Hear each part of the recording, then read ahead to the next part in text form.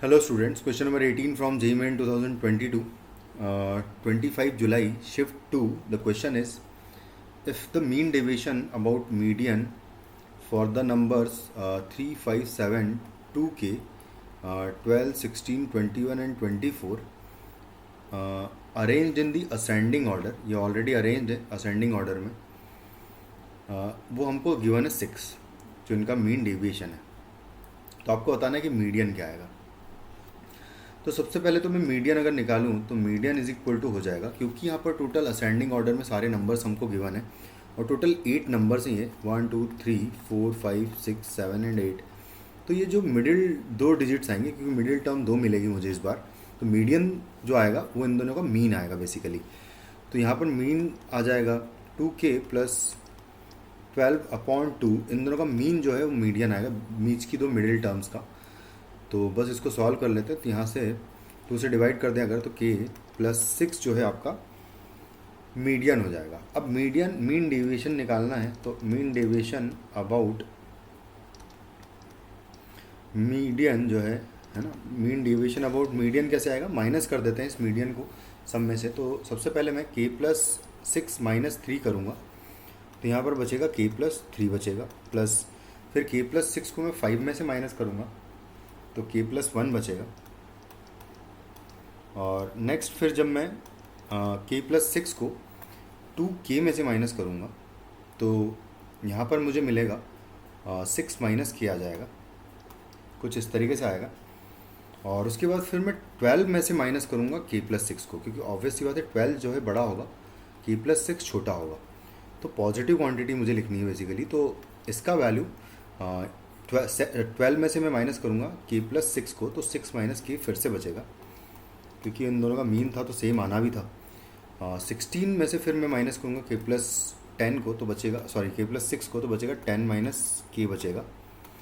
And फिर 21 minus k plus 6 अगर करूँगा तो यहाँ पर 21 माइनस 6 किया तो 15 आएगा, तो 15 माइनस k आ जाएगा. एंड आएगा लास्ट टर्म, जब 24 में से मैं 6 माइनस करूँगा तो 18 आ जाएगा. तो यानी कि 18 माइनस k जो है लास्ट टर्म आ जाएगा, और होल डिवाइडेड बाय करेंगे हम लोग total number of terms which is 8. ये हो जाएगा आपका मीन डेविएशन, जो कि आपको ऑलरेडी गिवन है 6.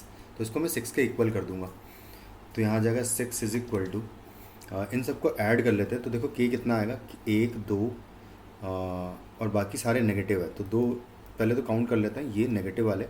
तो 1 2 3 4 एंड 5 नेगेटिव है, और 5 नेगेटिव हैं और 2 पॉजिटिव हैं. मैंने एक नंबर शायद माइनस नहीं किया है, सॉरी, मैं एक बार माइनस कर लेता हूँ. 7 को नहीं माइनस किया हमने, देखो. तो इसमें नहीं, सॉरी 7 तो हम माइनस कर चुके हैं. नहीं 7 नहीं किया है, सॉरी. तो k प्लस 6 माइनस 7 अगर करूँगा तो k माइनस 1 मिलेगा. ये एक टर्म हम मिस कर चुके हैं, तो यहाँ पर मैं लिख देता हूँ ऊपर कि वो बेसिकली यहाँ पर आएगा कि प्लस आएगा k माइनस 1 आएगा. तो 3 जो है पॉजिटिव वाले होंगे, टोटल 8 टर्म्स है ना, इस वजह से तो ये आएगा. तो टोटल 5 जो है वो नेगेटिव वाले हैं और 3 पॉजिटिव वाले, तो बेसिकली 2 जो है नेगेटिव वाले बचेंगे. तो -2k लिख देता हूँ मैं, और बाकी टर्म्स को भी कैलकुलेट कर लेते हैं. तो यहाँ से आएगा 3 प्लस 1 हो जाएगा 4 प्लस 6 हो जाएगा 10 माइनस 1 करूँगा तो आएगा 9 में अगर 6 ऐड किया तो 15 हो जाएगा. 15 प्लस 10 अगर करूँगा तो 25 आ जाएगा. 25 प्लस 15 करेंगे तो 40 हो जाएगा ये, और प्लस 18 करूँगा तो आ जाएगा 58. तो यहाँ पर आ जाएगा प्लस 58 एंड डिवाइडेड बाय आ जाएगा 8, और इसकी वैल्यू मैं इधर लिख देता हूँ इक्वल टू 6. तो यहाँ से -2k का वैल्यू हो जाएगा 8 6 48 हो जाएगा. तो 48 माइनस कर दूँगा 58, तो ये आ जाएगा -10. तो बेसिकली k का वैल्यू मेरे पास आ जाएगा 5, और k का वैल्यू अगर 5 आ गया तो मीडियन हमारे पास आ जाएगा कितना, 5 प्लस 6 यानी कि 11. तो ये हो जाएगा हमारा answer of the question. Thank you.